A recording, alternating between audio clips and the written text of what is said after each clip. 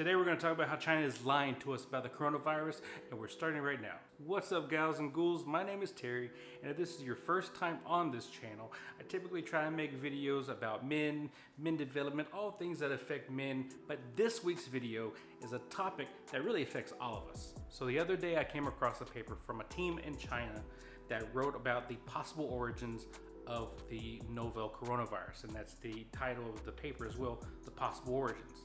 And basically what they claim is that the novel coronavirus actually came from a lab. Now let me clarify, I'm not saying that it was created in a lab, because you can't create the coronavirus in a lab, it's impossible, I think. The coronavirus is a family of strains of viruses that are living and breathing inside of, not breathing, but they're living inside of animals. And sometimes we have spillover effects, and that's when the strain of the virus becomes zoonotic and it jumps from animals to humans, which is what has happened in this specific incident with the novel coronavirus with the horseshoe bat. And this is where things get a little bit interesting. The team who wrote the paper, The Possible Origins, they start out the paper, they say that they've done interviews with a lot of people that were shopping in the Wuhan fish market, where this virus was known to originate from. And they asked a lot of the vendors, they asked a lot of the shoppers that were in that market that day about the selling of the horseshoe bat. And they say, everyone that they spoke to said that the horseshoe bat was not sold at that market that day, nor is it really a food source for that region. So that's one red flag that kind of gets sprayed. Now when you really think about it, when you look at it, and this is also documented in the paper as well, the horseshoe bat lives 900 kilometers away from Wuhan. And we all know that bats live in they live in caves, they live in trees, and I'm not sure exactly how far the average bat can fly. I didn't do the research on this because I don't really care, but I'm pretty sure it's not 900 kilometers. But they like to stay near their home, so they're only gonna go out hunting around their home. They're not gonna go venturing out inside of densely populated areas. And I don't know if you have looked up Wuhan or know anything about Wuhan. It's not a small village. So it's very rare, very seldom would you ever see the horseshoe bat flying in that area. Now let's play devil's advocate. Let's look at the flip side of the coin. Maybe someone trapped the bat. Maybe someone hunted the bat, trapped it, and brought it to the market to sell. I revert back to my previous statement, referring to the paper when they said nobody said that the horseshoe bat was being sold that day at the market, nor is it ever really sold at the market. And this specific strain of viruses came from the horseshoe bat.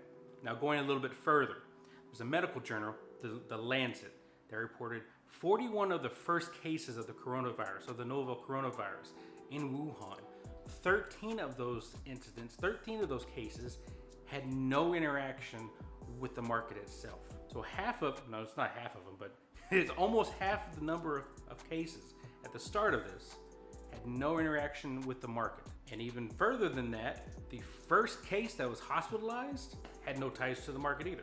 Let's play devil's advocate again. Look at the flip side of the coin. I know that the virus affects people in different rates of speed. Some people can get sicker faster than others. So maybe he came into contact with someone with one of the cases that was at the market and he got sick and went to the hospital. Maybe that happened. But you have to admit, at this point in the paper, things are not adding up. There's a lot of red flags going up, a lot of questions that need to have answers that we're probably not going to get them because we know that China is not telling us all the information. They're not giving us the whole story. Because if you can guess it, it gets weirder than that. Because 7 minutes away is the Wuhan Jinhang Disease Prevention and Control. I think I got it that time, but I know I still butchered it. The Wuhan CDC, where they have boasted that they have discovered 2,000 different viruses. In one of their studies, they have 600 bats.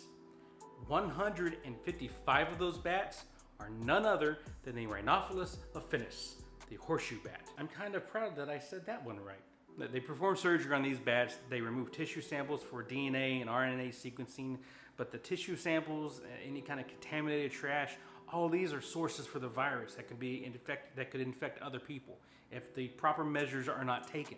So the Wuhan CDC is only 7 minutes away from the market and only 5 minutes away from the Yunnan hospital, where the first group of doctors that were infected by this virus were from. So it's plausible that the virus leaked and contaminated the initial infected people. Although there's no hard physical evidence, there's no proof on this, it's rather plausible that this is something that could have happened. One, you have the CDC, the Wuhan CDC right down the road from the fish market, and they're also claiming that the horseshoe bat was never even sold at the market itself either.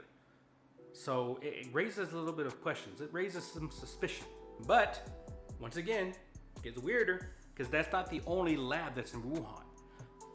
30 minutes away, there's the Wuhan Institute of Virology. So, and again, this one is 30 minutes away, so it's a little bit less plausible than the Wuhan's version of the CDC. But again, you have two labs in the same city, not too terribly far from the market where we've been told was ground zero for this virus, and they're both studying the same bat because they have Rhinophilus affinis in the Wuhan Institute of Virology as well. Now I'm just showing off. Rhinophilus affinis. Rhinophilus affinis. Rhinophilus affinis. Listen, is this what happened? We do not know. We don't know for sure. The paper that was written, it is as official as it can probably get because obviously it was written in China. The study was performed in China. So it's not like it can get too official because China does not want this information leaked out. When this whole thing started, China was trying to prevent this information from being released out to the world. Journalists, scientists, they were trying to get the word out to people to let them know what was happening. Once they started putting their information out to the world, they disappeared. There are several journalists that have disappeared that we know of, and probably more than that. The first doctor that tried to blow the whistle on this thing to his fellow colleagues, he disappeared. And all of a sudden, now he's dead. They claim that he died from the coronavirus, but the way everything, there's too many red flags going. It's too suspicious. So is this hard evidence? No, it's not. But it's enough to raise enough questions for people to really need to start looking at this seriously. Do your own research. I will link the paper down below in the description. I will link the two articles that I've read pertaining to this. Forewarning, the articles are written by the same person, referencing the same paper, but it's still very interesting information. It is worth at least one read. We know that China is not telling us everything. They're hiding something. The coronavirus was not created in a lab. The novel coronavirus was not created because of the 5G towers. And regardless of what David likes to boast and claim, the coronavirus is real. It is here. The novel coronavirus is here. It is real. And to say that it doesn't exist is disrespectful, and it's insulting to the families that have dealt with this virus firsthand and have lost loved ones. So hearts and prayers go out to them. But this is something that needs to be taken seriously. Someone needs to be looking at this from a hard standpoint. And just the other day, I also saw on CNN, which is kind of crazy. I saw this on CNN. But even CNN has a news article saying that people are going to start looking at this. And it needs to be looked at. Because what we do know, as I've said many times in this video already, and this is not new information to everyone else, but what we do know is China is not telling us the truth.